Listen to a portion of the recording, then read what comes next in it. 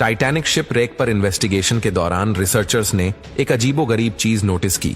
समंदर के बॉटम पर शिप का अगला हिस्सा काफी अच्छी कंडीशन में, जबकि पिछला हिस्सा बुरी कंडीशन में, और वो भी 2000 फीट दूर पड़ा था। अगर ये दोनों एक ही शिप का हिस्सा थे तो फिर अगले और पिछले हिस्से में इतना ज्यादा फर्क क्यों है? रिसर्चर्स का मानना है कि एक्सीडेंट वाली रात आइसबर्ग से टकराने के अलावा भी टाइटैनिक के साथ कुछ और भी हुआ था, जिसने उसके पिछले हिस्से को ज्यादा नुकसान पहुंचाया था। पर सवाल है कि आखिर ऐसा क्या हुआ था?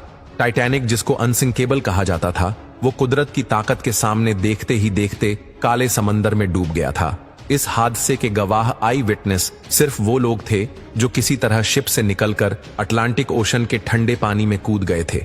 आइसबर्ग टकराने से लेकर शिप के डूबने तक जो कुछ भी हुआ, उसका रिकॉर्ड उन आई विटनेस के सिवा और किसी के पास नहीं था, जो कि खुद ठंडे पानी से लड़ रहे थे।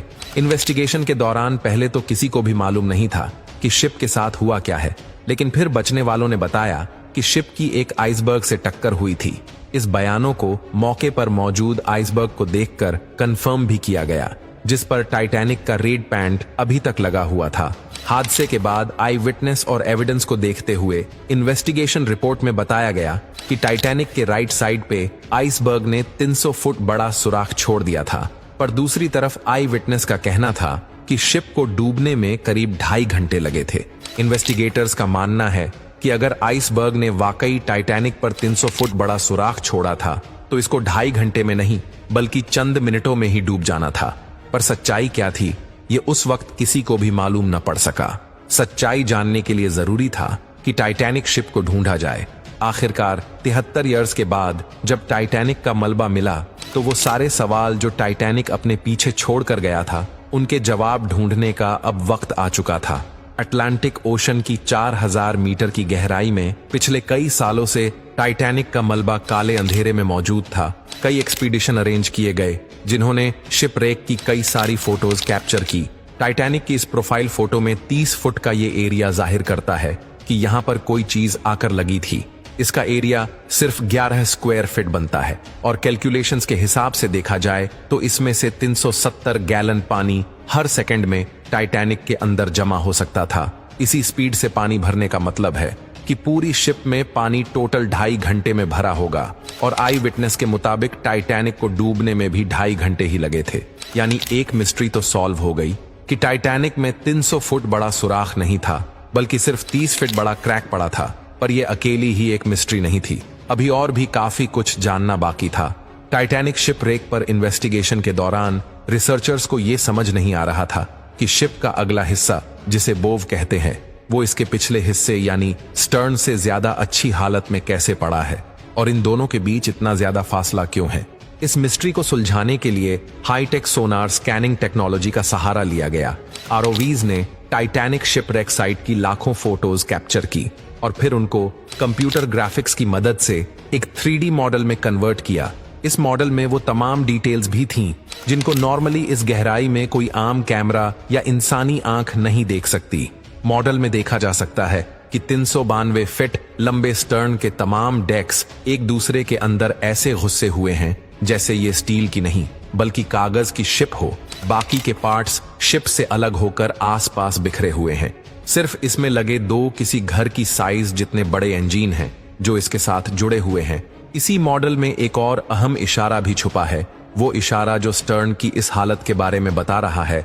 110 साल पहले स्टर्न जब ओशन फ्लोर से आकर टकराया तो उसके निशान आज तक यहाँ छपे हुए हैं, जिनको सिर्फ 3D मॉडल के जरिए ही देखा जा सकता है। इस निशान से जाहिर होता है कि स्टर्न जिस वक्त ओशन फ्लोर से टकराया तो वो एंटी क्लॉकवाइज घूम रहा था।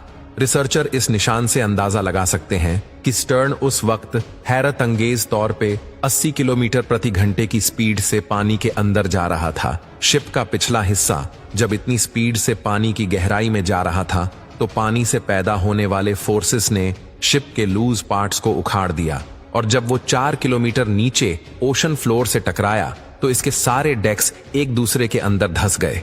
दूसरी तरफ जैसा कि आप देख सकते हैं कि बोव सेक्शन फ्रंट सेक्शन का डिजाइन हाइड्रोडायनामिक है, यानी ये पानी को आसानी से काट सकता है।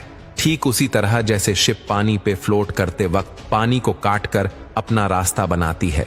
यही वजह है कि बोव सेक्शन स्टर्न के मुकाबले में ना ही रोटेट कर रहा था और ना ही पानी का फोर्स इस पर डायरेक्टली अटैक कर रहा था।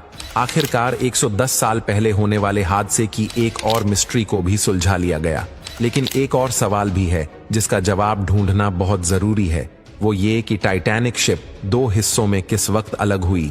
सालों से ये माना जा रहा है कि टाइटैनिक डूबने से पहले ही 2 हिस्सों में डिवाइड हो गया था। ये खबर काफी हद तक सच भी है, लेकिन ये पूरा सच नहीं। जब बोव सेक्शन में पानी भर गया तो वो पानी के अंदर चला गया, जिसकी वजह से इस स्टर्न सेक्शन का पूरा वजन पेवेट पॉइंट यानी सेंटर पर पड़ रहा था। ये सेंटर पॉइंट इतना ज्यादा वजन बर्दाश्त ना कर सका और टूटकर 2 हिस्सों में डिवाइड हो गया। पर सोनार स्कैनिंग से बनाया गया 3D मॉडल कुछ अलग कहानी ही बता रहा है। देखा जाए तो टाइटैनिक के अंदर मौजूद सारा सामान दूर दूर तक ओशन फ्लोर पे बिखरा हुआ है। इसमें coffee cups, dinner plates, chandeliers, deck benches और लोगों का पर्सनल सामान भी है। इसमें से 90% आइटम्स स्टर्न सेक्शन की है। टोटल 10,000 से भी ज्यादा आइटम्स इस पूरे एरिया में फैली हुई हैं, जो करीब 3.2 स्क्वायर किलोमीटर का एरिया बनता है। अगर ये सेक्शन पानी के ऊपर ही बोव सेक्शन से अलग हो जाता तो इसका मतलब है कि ओशन फ्लोर पर पहुंचते पहुंचते इसका मलबा 3.2 स्क्वायर किलोमीटर नहीं बल्कि इससे भी ज्यादा बड़े एरिया पर फैलता, जैसा कि आप इस एनिमेशन में भी देख सकते हैं। एक्सपर्ट्स का मानना है कि ये सेक्शन टूट तो पानी के ऊपर ही गया था, लेकिन ये बोव सेक्शन से अलग ओशन फ्लोर के करीब आकर हुआ है और फिर रोटेट होता होता अपनी डायरेक्शन बदल गया और 2000 फीट दूर जा गिरा।